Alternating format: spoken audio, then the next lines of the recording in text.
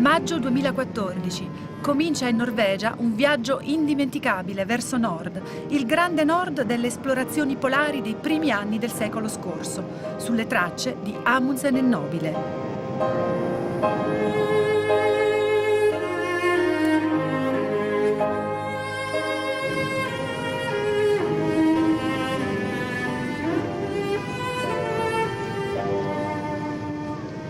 Vado a documentare le imprese degli esploratori di oggi, quelle dei ricercatori italiani a caccia di risposte al grande enigma del cambiamento climatico. E a nord di Capo Nord raggiungiamo l'arcipelago delle Svalbard, oltre il circolo artico, da dove sono partite le esplorazioni in dirigibile verso il polo.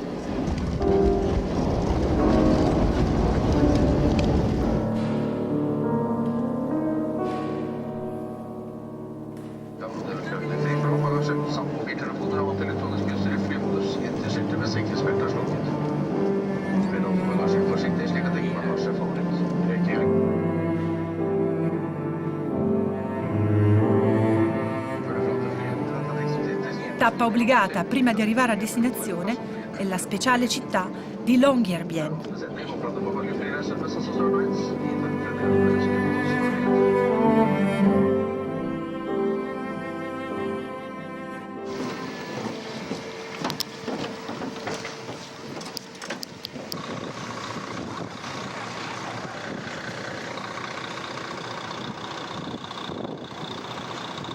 A 78 gradi e 15 primi di latitudine nord, circa 1000 km dal polo, Longyearbyen è la capitale dell'arcipelago norvegese delle Svalbard ed è anche la città più a nord del nostro pianeta.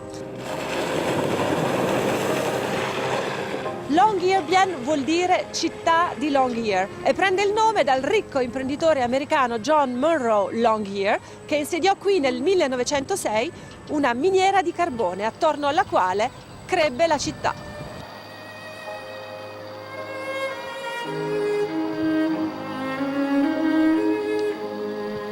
Unica città in tutto l'arcipelago, Longyearbyen è ancora alimentata dall'ultima miniera attiva delle 7 che hanno attratto qui la prima comunità umana.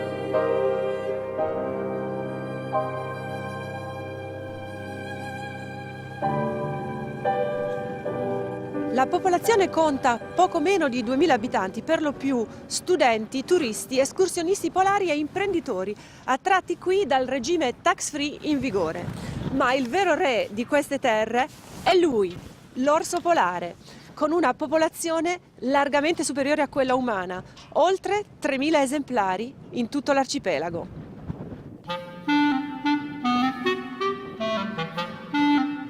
Questa piccola città è fuori dallo spazio Schengen e nessuno dei suoi abitanti, di oltre 40 nazionalità, ne può avere la cittadinanza.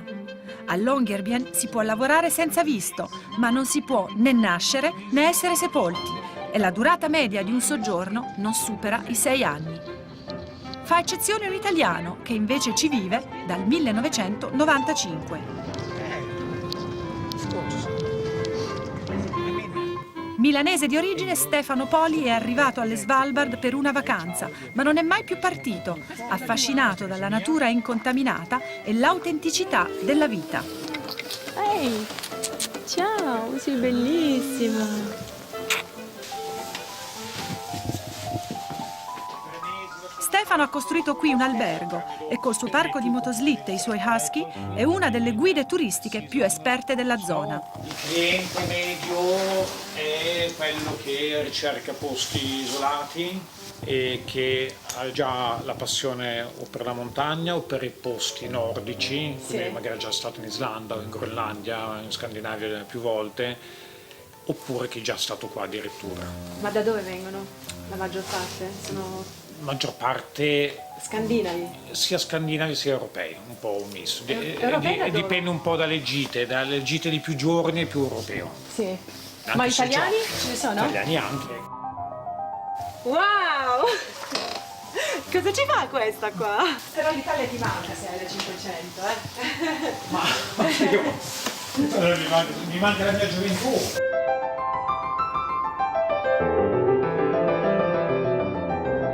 Siamo al Museo del Dirigibile delle Svalbard.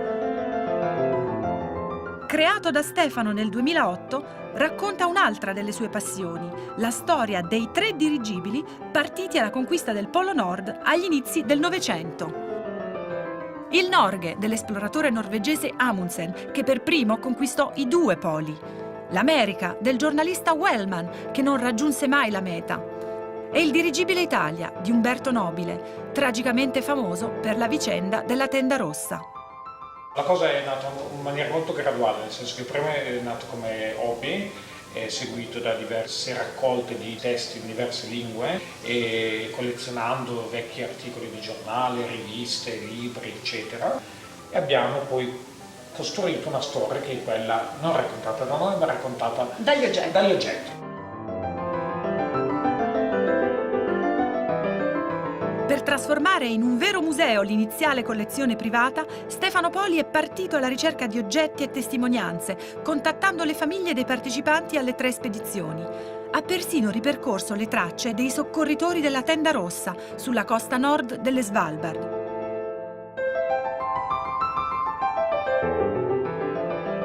Grazie all'entusiastica risposta, anche da parte di autorevoli musei in Norvegia, Stati Uniti e Italia, il Museo del Dirigibile si è arricchito di documenti storici e oggetti personali appartenuti ai protagonisti delle 3 missioni e ci racconta oggi tutte le storie, quella nota degli eroi, ma soprattutto quelle sconosciute degli uomini di equipaggio.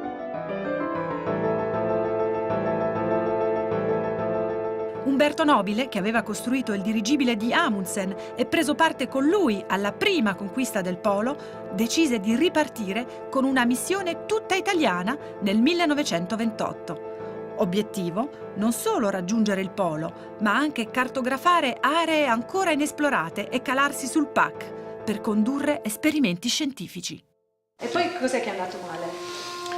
È andato male che una volta raggiunto il Polo c'era brutto tempo e non potevano calarsi giù, hanno deciso di tornare e il tempo in quel periodo dell'anno, cioè a maggio, è molto umido, comincia a essere neve molto bagnata, pesante, ha appesantito il dirigibile, oppure non si sa ancora, si è molto discusso sulle cause di caduta del dirigibile, fino a quando poi il dirigibile si è appesantito, è sceso sempre di più e poi si è schiantato sul PAC. E lì morirono alcune persone, altre volarono via con una parte dell'involucro. La cabina rimase sulla banchisa con all'interno 8 persone. E Fra cui Nobile. Quanti sono andati a cercarli? Sono state utilizzate 1500 persone, 20 aerei e 15 navi, 6-7 nazioni diverse. Ma non c'era collaborazione Tra di loro? No. Non ancora.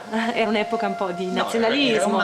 Infatti, ma le Svalbard sono sempre state un po' lo specchio di quello che in Europa è accaduto, cioè quando servivano il grasso delle balene si cacciavano le balene, quando il business erano le pellicce si cacciavano gli animali da pelliccia, estrazione mineraria, industrializzazione, conquista e così via. Oggi cos'è? Il ghiaccio che si scioglie, tutti questi ricercatori e il turismo.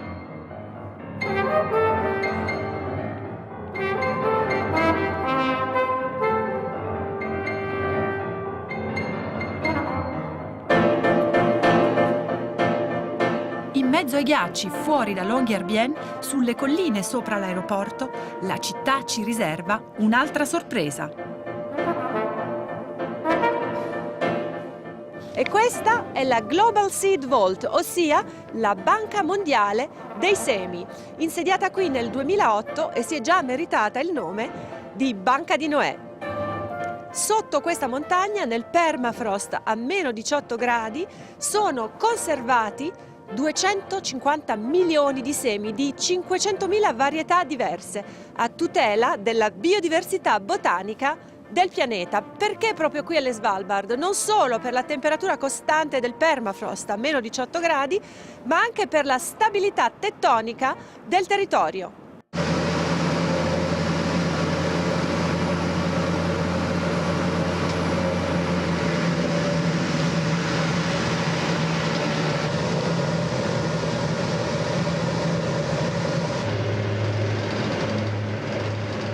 Dopo la breve tappa a Longyearbyen, decolliamo a bordo di uno speciale aereo che parte, meteo permettendo, solo 2 volte alla settimana. un dornier della Guardia Costiera norvegese, ad uso esclusivo dei ricercatori artici. Sono ospite del Consiglio Nazionale delle Ricerche e la mia destinazione finale è ancora più a nord, la base artica di Ny-Ålesund.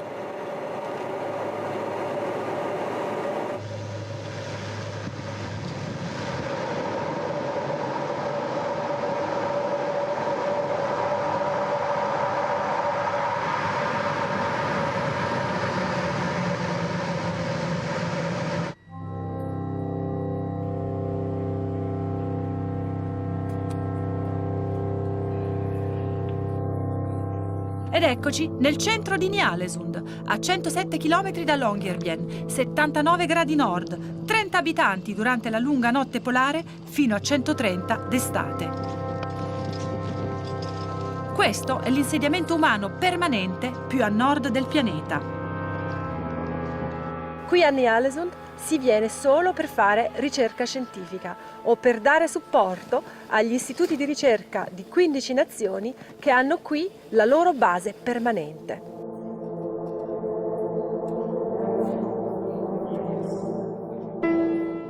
Il villaggio internazionale per la ricerca di Ny-Ålesund è accessibile tutto l'anno grazie al porto, dove arriva ogni 23 giorni la nave dei rifornimenti. Trasporta il combustibile per alimentare la centrale elettrica, mezzi, strutture e strumenti scientifici per le basi, ma anche la tanto attesa frutta e verdura fresca. Ny-Ålesund è un villaggio verde, nulla viene disperso nell'ambiente e la nave serve anche a raccogliere i materiali di rifiuto differenziati in 12 diverse categorie.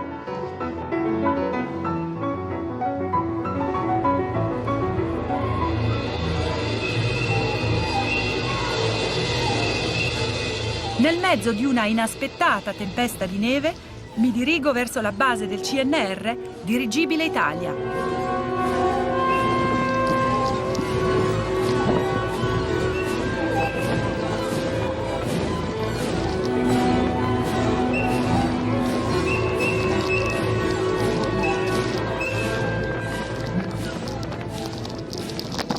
Buongiorno! Eccoti! Eccomi, sì! Buongiorno! Nella tempesta! Hai visto? Era bellissimo, Atterrata con il possibile? bel tempo, mezz'ora dopo non saresti atterrata. Ciao.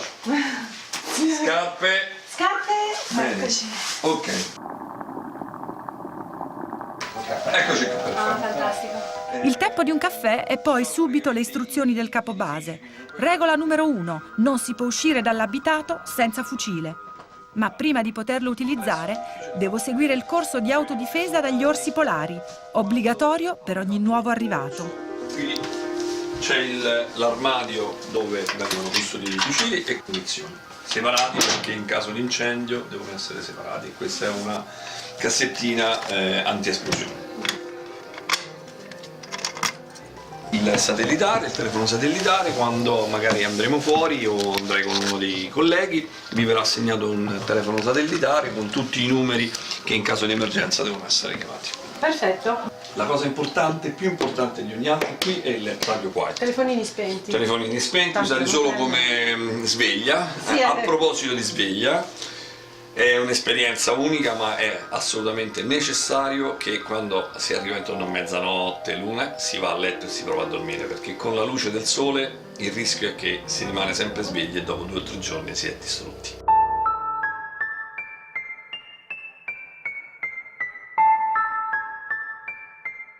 A 1400 km oltre il circolo polare artico, il sole rimane sopra l'orizzonte senza mai tramontare da fine aprile a fine agosto.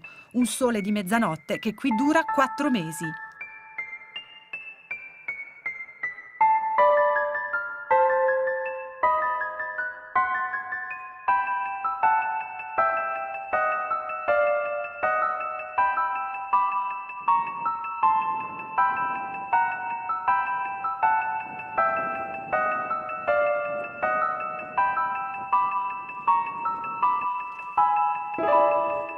Sarà difficile seguire i consigli del capobase e prendere sonno con l'onnipresente luce e il bianco accecante della neve.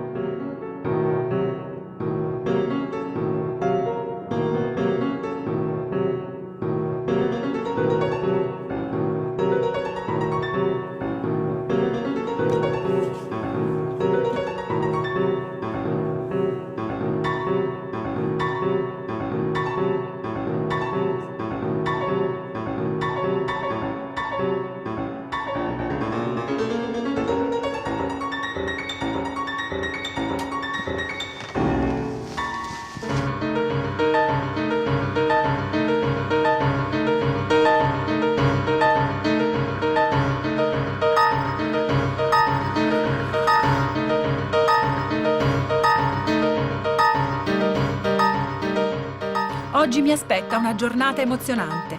Devo imparare ad autodifendermi dagli orsi polari. Il nostro istruttore è Sébastien Barrault, originario delle Alpi svizzere, ma qui trapiantato da 7 anni. Nel territorio selvaggio di questo arcipelago, grande una volta e mezzo la Svizzera, ci si può aspettare un incontro con l'orso in qualsiasi luogo e in qualsiasi momento.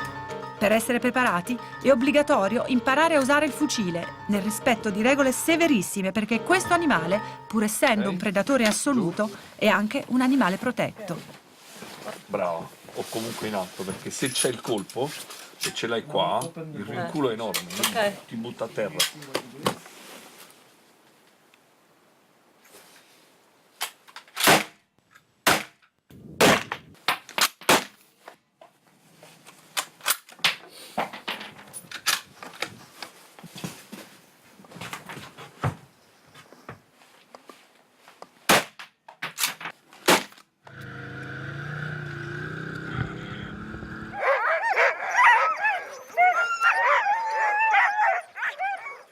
Sébastien Barrault è anche campione di corsa in cani da slitta.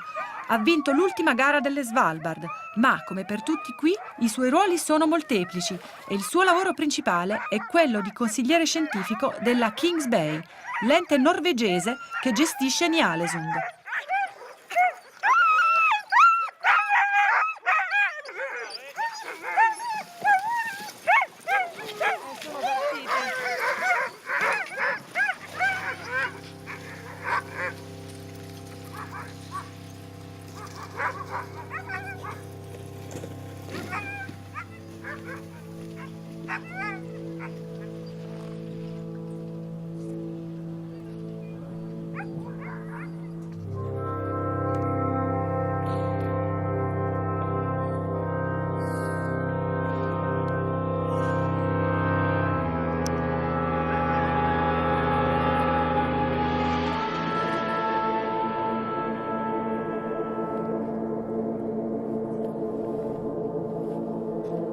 Pausa caffè con il capo base alla Zeppelin Lounge, dove i ricercatori trascorrono i loro momenti di relax sul magnifico sfondo del panorama del fiordo.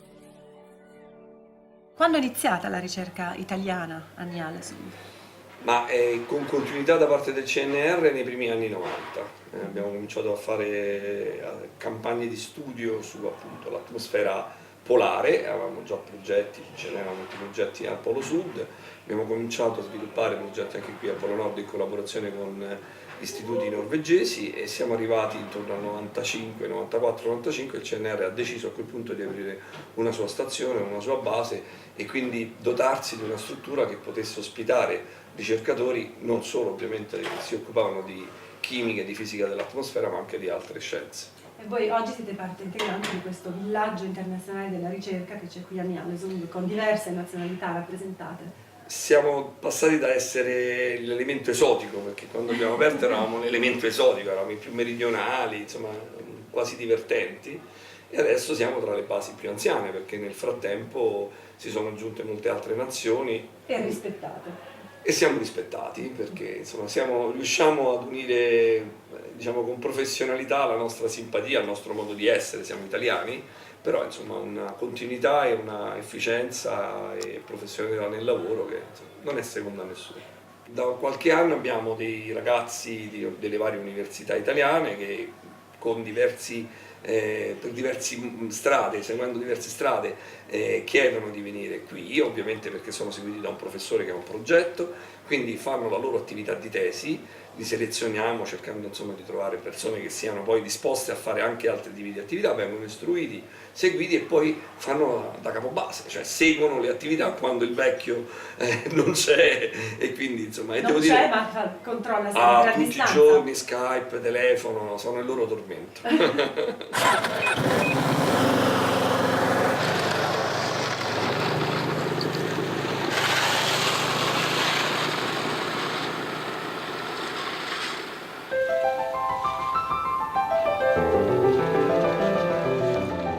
A pochi chilometri dalla base, 3 monumenti ricordano la storia delle esplorazioni polari. le 8 croci dedicate alle vittime del naufragio del dirigibile Italia e a tutti gli esploratori polari, dono alla Norvegia della concittadina di uno degli scomparsi.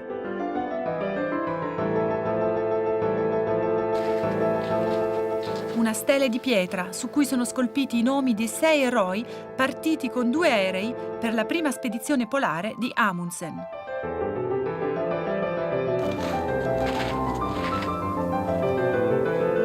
Infine, la vera icona storica delle missioni in dirigibile, il traliccio da cui sono partiti il Norge nel 1926 e l'Italia nel 1928. Ai suoi piedi, la targa ricorda la prima spedizione coronata dal successo, a bordo del Norge, con Amundsen, Ellsworth e Umberto Nobile.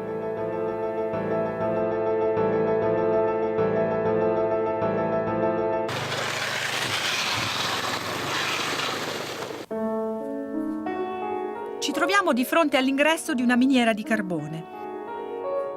Le missioni polari scelsero Ny-Ålesund come punto di partenza perché potevano utilizzare come manodopera i minatori qui insediati dalla fine del 1800. Le miniere, le capanne e qualsiasi manufatto precedente al 1946 trovato in queste terre sono automaticamente considerati monumento nazionale.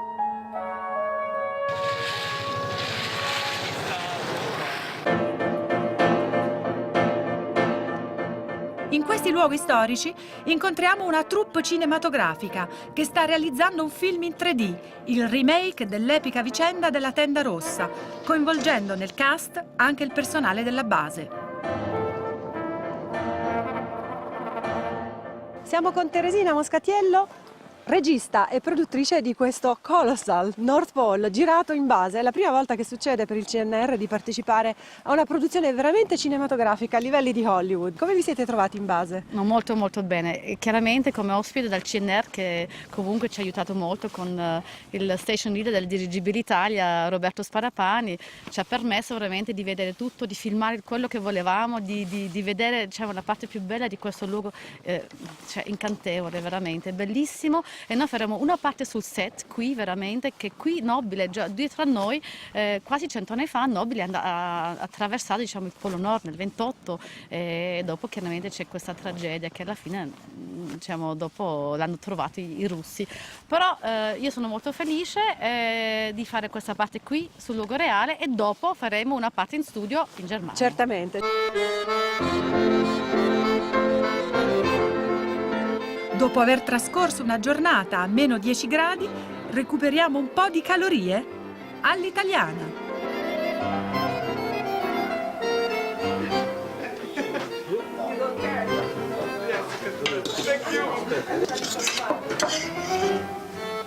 Oh, grazie, grazie.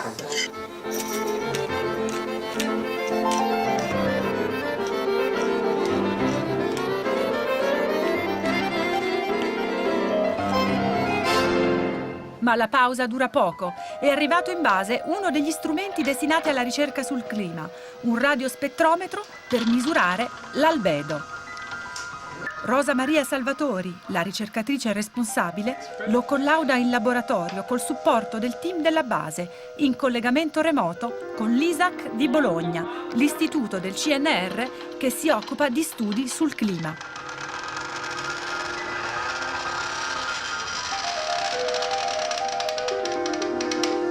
Senti, lo lasciamo in prova? Sì, sì.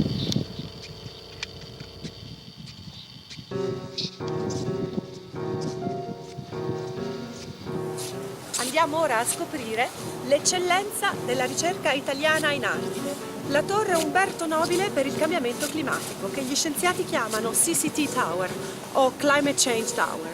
Costruita nel 2009 per gli studi della bassa atmosfera, questo strumento scientifico di primo piano è oggi al servizio della comunità internazionale di Ny-Ålesund.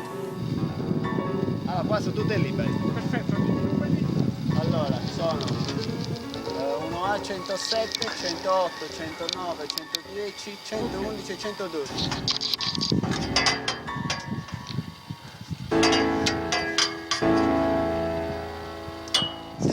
Si vede un po' là.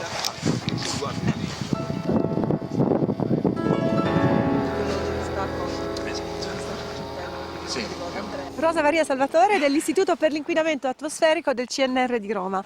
Rosa, tu hai appena installato uno spettroradiometro per misurare l'albedo sulla torre del climate change. Perfetto. Allora, che cos'è l'albedo intanto? L'albedo è la capacità di una superficie di riflettere la quantità di luce che gli arriva, in questo caso dal sole, e quindi misuriamo il rapporto tra la luce che arriva e la luce che viene riflessa. E questo è un parametro È importantissimo importantissimo per misurare il cambiamento climatico. In che modo vi aiuta a capire come il clima cambia, come le temperature aumentano e rischiano di aumentare sempre di più? Quello che ci interessa in questo momento è capire quanto questa superficie bianca che riflette impedisce al nostro pianeta di riscaldarsi. Sì. Quindi in qualche modo ci serve come misura della capacità del nostro pianeta di riflettere indietro la radiazione solare, Ecco, eccetera, in questo eccetera. momento c'è moltissima neve, sta ancora Sì. nevicando, è abbastanza inusuale. Siamo abbastanza contenti di tutto ciò, siamo venuti Sì? apposta di corsa a fare questo Ecco, esperimento perché vogliamo prendere il momento in cui la neve comincia a sciogliersi e quindi tutto il processo di fusione della neve in cui l'albedo,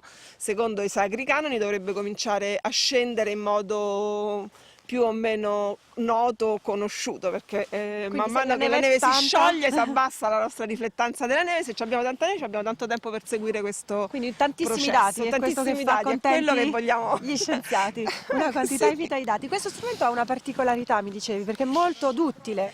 Quello che abbiamo provato a spingere un pochino questa volta è costruire insieme ai colleghi dell'ISAC che fanno tutti questi altri esperimenti sulla torre un meccanismo per cui possiamo mandarlo in continuo, ruotandolo e lasciandolo per tutto il periodo della fusione, speriamo, Sì. e quindi avere dati non solo puntuali ma con una durata molto lunga nel tempo. Sì, questa è una cosa Quindi molto smart. speriamo. Made in Italy. Sicuramente made in Italy con tutto quello che abbiamo trovato in tutti i magazzini in giro per i vari istituti. Ok, questi sono su questo palo qua. Vai. Sì. Ok. Uno dei risultati scientifici più importanti ottenuti attraverso la misura dell'albedo è l'effetto di accelerazione dello scioglimento della neve, un parametro importantissimo per le previsioni sul riscaldamento climatico.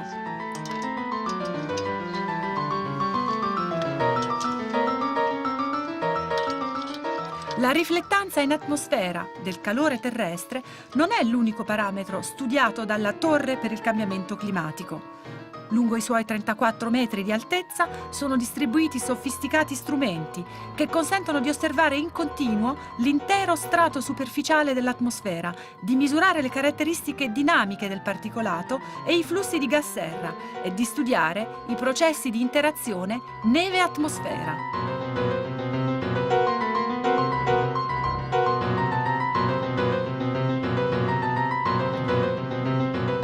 Su 4 livelli della torre sono installati anche sensori per la misura della velocità e direzione dei venti, la temperatura dell'aria e l'umidità e anemometri sonici per la misura della turbolenza, per capire meglio i processi aria-suolo e la loro interfaccia con la neve.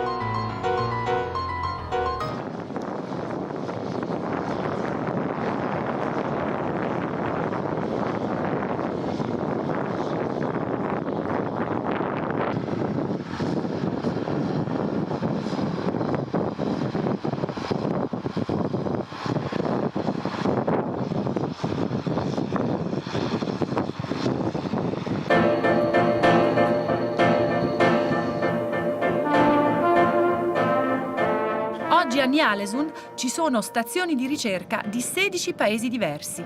Alle prime, tutte europee, si sono aggiunte nei primi anni del 2000 le basi dell'India, del Giappone, la cinese Fiumegiallo e la Dasan coreana, che divide l'edificio con i francesi dell'istituto Paul-Émile Victor.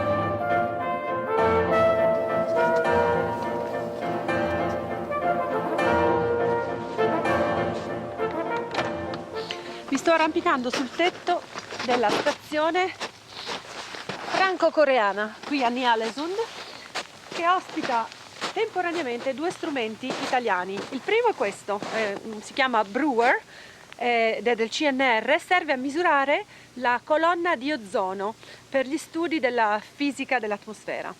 Il secondo strumento è una All Sky Camera dell'INAF, l'Istituto Nazionale di Astrofisica. Prende immagini in continua del cielo, particolarmente interessanti durante la lunga notte polare, per ammirare, ma soprattutto per studiare, le bellissime aurore boreali.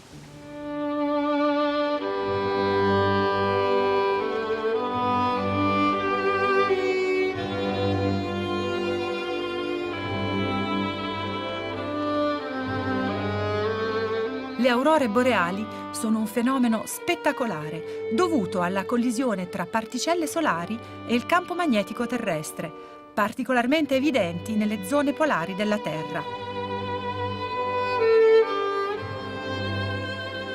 Sono visibili solo nell'oscurità completa e con tempo sereno. La loro intensità dipende dall'attività solare.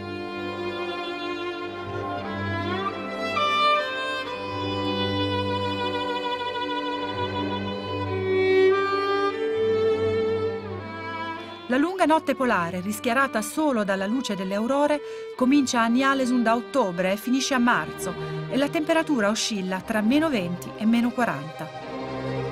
La luce del sole ricompare sull'orizzonte da fine febbraio, con colori tenui che vanno dal blu scuro al rosa chiaro, passando per tutte le sfumature.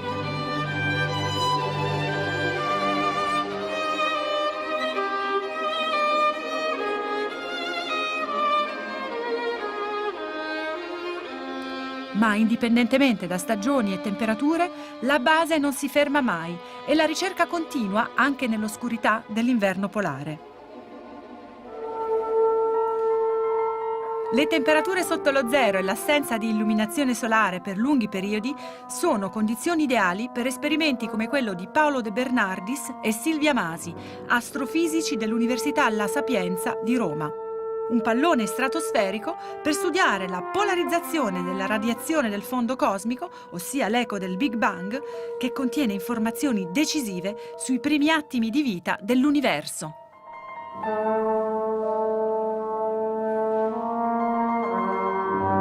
Allora Paola, ricorda due o tre cose molto importanti: mantenere la distanza intorno ai 30-40 metri, e in funzione della velocità, mai troppo vicino, soprattutto quando siamo in discesa e ovviamente in salita, ma prima di ogni salita io mi fermo e vi spiego come farla.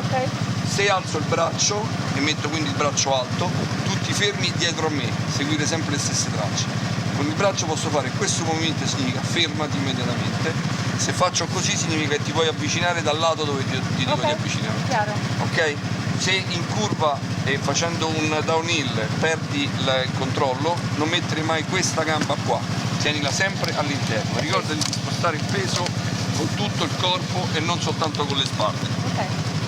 Segnale di emergenza, questo per spengere il motore, quindi se ti trovi in difficoltà, tac, spengi immediatamente il motore.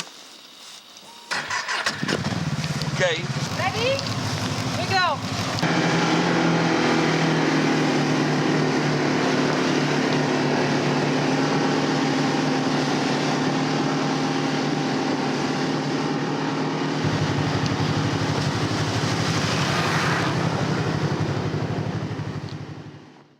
Questi ghiacciai sono i più studiati, almeno 50-60 anni. Il campo francese che è stato costruito qua sotto è del 62. Sono ghiacciai morti. Morti? In che senso? Morti nel senso che non danno fuoco al mare e che sono in bilancio di massa negativo. Ok, quindi sono fermi essenzialmente? No, sono fermi, sono in diminuzione. Ah, in ritiro? In ritiro sia in termini di fronte che di volume. Che peccato. Quello che perdono è il bilancio di massa è negativo, cioè quello che perdono è superiore a quello che acquistano ogni anno. Certo. E vengono misurati con diverse tecniche, oltre ai classici stick.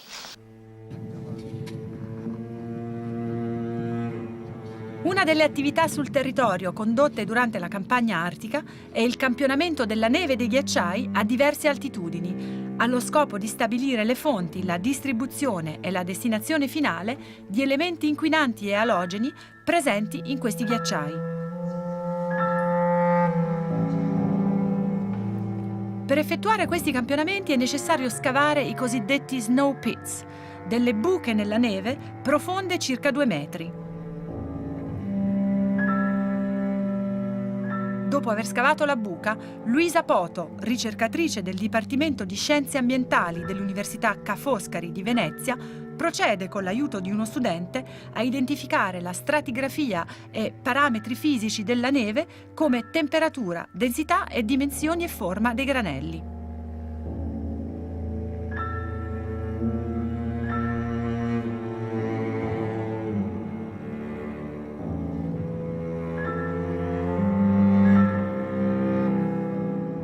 Prima Prima di prelevare campioni tramite carotaggio, Luisa effettua la decontaminazione delle pareti della buca, grattandone alcune sezioni esposte, potenzialmente contaminate durante lo scavo e le misure glaciologiche. I campioni vengono poi sigillati in bustine di plastica, che saranno trasportate alla base italiana in scatole termoisolate.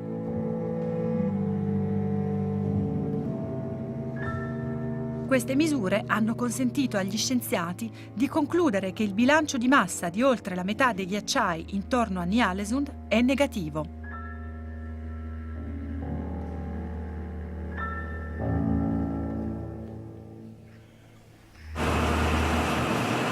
L'atmosfera, i ghiacci e la neve sono tra i principali parametri che regolano il clima. L'altro grande parametro di riferimento è il mare.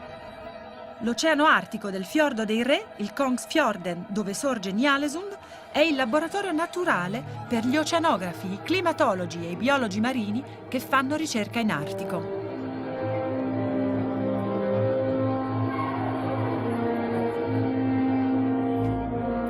Giusy Buscaino dell'Istituto per l'Ambiente Marino Costiero del CNR di Capo Granitola effettua campagne in mare per studiare l'impatto del rumore sugli organismi marini.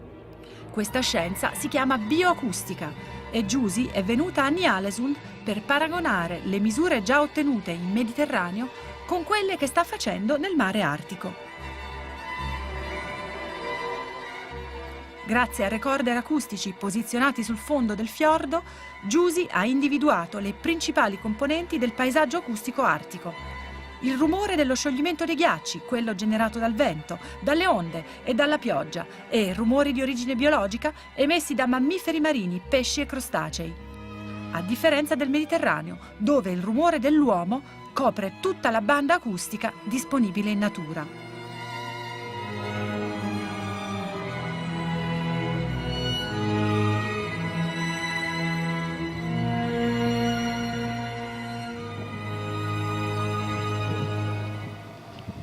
Ore 8 del 15 maggio. Si esce in mare con i biologi marini di Brest e il capitano norvegese Trunt con la Theisten, l'imbarcazione destinata alle ricerche e rilevamenti in mare.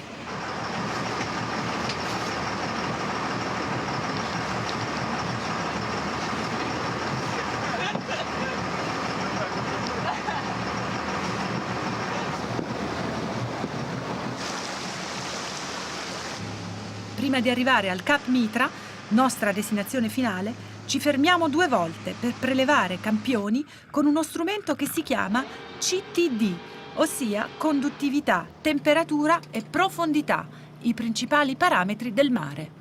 Serve a misurare la salinità e la temperatura a varie profondità, mentre viene calato lungo la colonna d'acqua.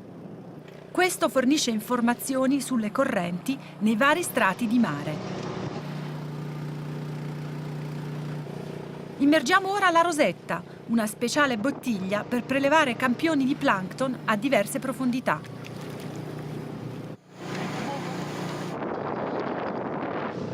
Ma la vera missione, una volta giunti a destinazione, è la pesca di molluschi. Joëlle Richard, capo spedizione, biologa marina dell'Università di Brest, in Francia, ci spiega le ragioni di questa operazione. Quello che abbiamo pescato sono vongole, quelle che chiamiamo vongole islandesi. Le abbiamo pescate a 80 metri sul fondo del mare con una draga. Dalla barca in cui ci troviamo davanti al ghiacciaio, e le abbiamo pescate per seguire la loro crescita in ambiente naturale. E quindi paragonare quello che facciamo nel Marine Lab con le vongole che coltiviamo a temperature diverse, in condizioni diverse, con e senza cibo e con condizioni di luce diverse. Stiamo cercando di capire quali sono i meccanismi che determinano la loro crescita, come crescono questi animali marini e quali sono i parametri dell'ambiente che ne influenzano la crescita. Ma perché qui a 79 gradi nord invece che in laboratorio? Cosa cambia? Perché a questa latitudine rispetto al laboratorio?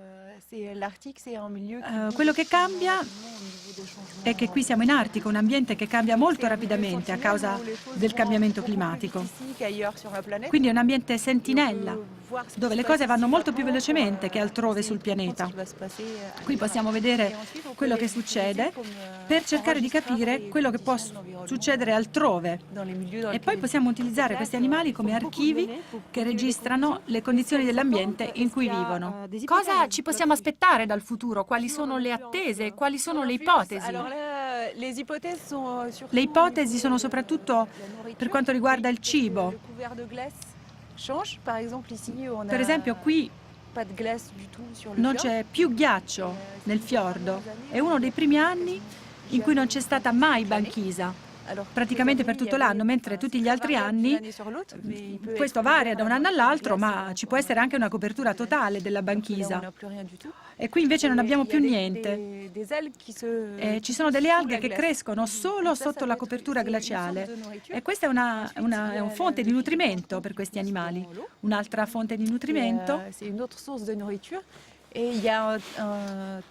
Un'altra fonte di nutrienti è il fitoplancton, che cresce nell'acqua. E ci sono dei tempi diversi per ogni tipo di nutrimento.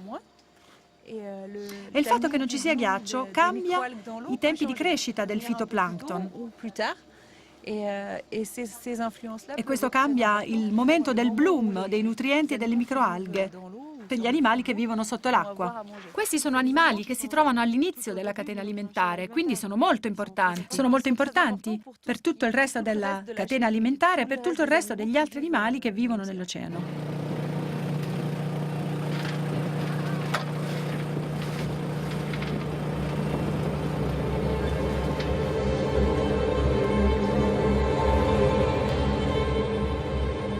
Oggi andiamo al Gruve Badet.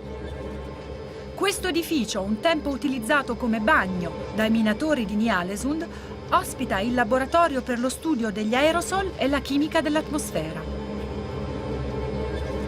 Ci lavora Giuseppe Pellegrino, laureando in scienze ambientali dell'Università Ca' Foscari di Venezia. Sul tetto dell'edificio, Giuseppe ogni giorno, indipendentemente dalle condizioni meteo, cambia i filtri degli strumenti che campionano le componenti dell'aerosol atmosferico.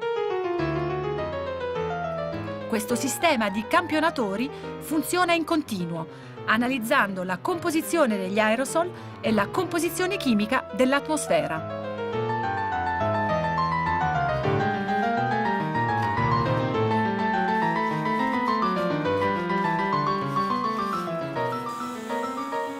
Gli aerosol, che sono particolato atmosferico di diversa provenienza e dimensioni, possono essere di produzione antropogenica, ossia dovuta all'uomo, che in un'area remota come Ny-Ålesund è minimizzata, o biogenica, ossia si creano per attività naturali, come cere degli alberi trasportate per ablazione o attività del plancton marino, che produce grandissime quantità di aerosol.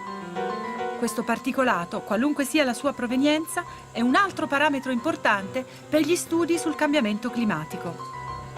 Gli aerosol chiari bloccano parzialmente il calore del Sole ed è importante capire il peso del loro impatto sul raffreddamento dell'atmosfera rispetto al riscaldamento dovuto a CO2 e combustibili fossili. Gli aerosol scuri, soprattutto il black carbon o carbone nero, tendono invece a scaldare e, se depositati su superfici ghiacciate e innevate, ne accelerano enormemente lo scioglimento. Per questa ragione è importante prelevare e analizzare il contenuto di aerosol anche sulla superficie nevosa, un'operazione che Giuseppe effettua ogni giorno.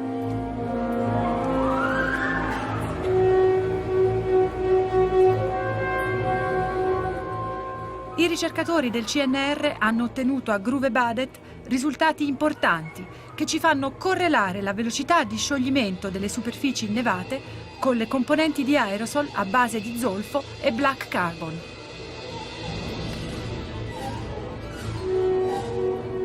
Rientriamo in base per un collegamento con la radio della Svizzera italiana, lasciandoci alle spalle il magnifico sfondo dei 3 picchi ghiacciati di Svea, Dana e Nora, che rappresentano i 3 paesi scandinavi di Svezia, Danimarca e Norvegia. Questo è un posto davvero unico, incontaminato, dove ti senti a stretto contatto con la natura, dove ti senti un pezzo di natura, cioè quando siamo fuori basta allontanarsi pochi metri dal villaggio, dall'abitato, dove ci sono delle casette, potrebbero sembrare, sono costruite in stile norvegese, quindi potrebbero sembrare normali casette, in realtà alcune di queste sono delle ristrutturazioni di antiche case dei minatori, perché qui si estraeva il carbone agli inizi del Novecento e quindi è come un villaggio se uno non lo guarda proprio da vicino. I mezzi di trasporto sono gli sci, le slitte, le motoslitte, oppure si va a piedi e da lontano, appena ci si allontana, si è veramente dentro la natura. È possibile anche un incontro con animali, qui siamo tutti formati a saperci comportare nel caso di un incontro con un orso polare, perché in queste isole la popolazione più numerosa è proprio quella degli orsi polari. Quindi ci sentiamo molto meno potenti e molto meno presuntuosi di quanto ci sentiremmo in una qualsiasi città normale, e anche in Norvegia stessa, perché qui non ti senti padrone della natura, ti senti parte della natura e anche una possibile preda.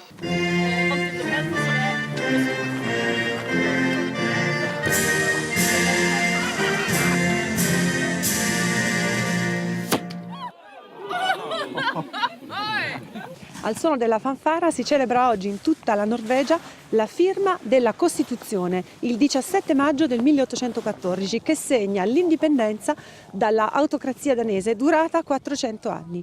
Qui a Ny-Ålesund i festeggiamenti sono cominciati stamattina alle 6:30 con un fragoroso corteo che ha svegliato tutti.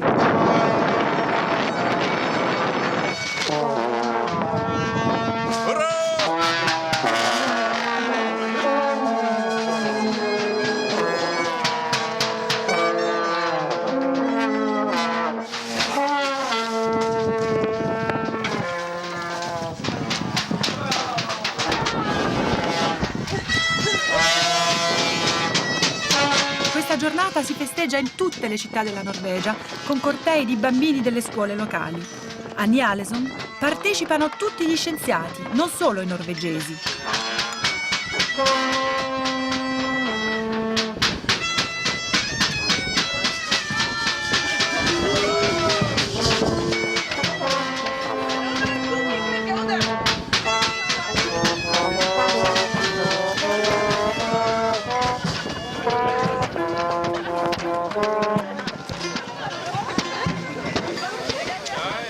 Anche il pallone atmosferico, normalmente bianco, si è vestito a festa.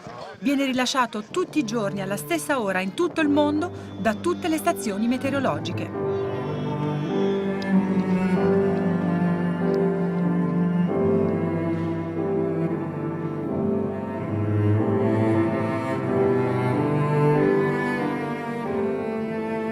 In questo laboratorio naturale per le ricerche sul clima ho visto in atto lo scioglimento del ghiaccio oceanico, la morte di più della metà degli ghiacciai e tanti altri devastanti cambiamenti che stanno sconvolgendo il delicato ecosistema artico. Io non ho incontrato l'orso, ma pesa su di me più di prima una minaccia molto più grande, la scomparsa della nostra specie su questo pianeta.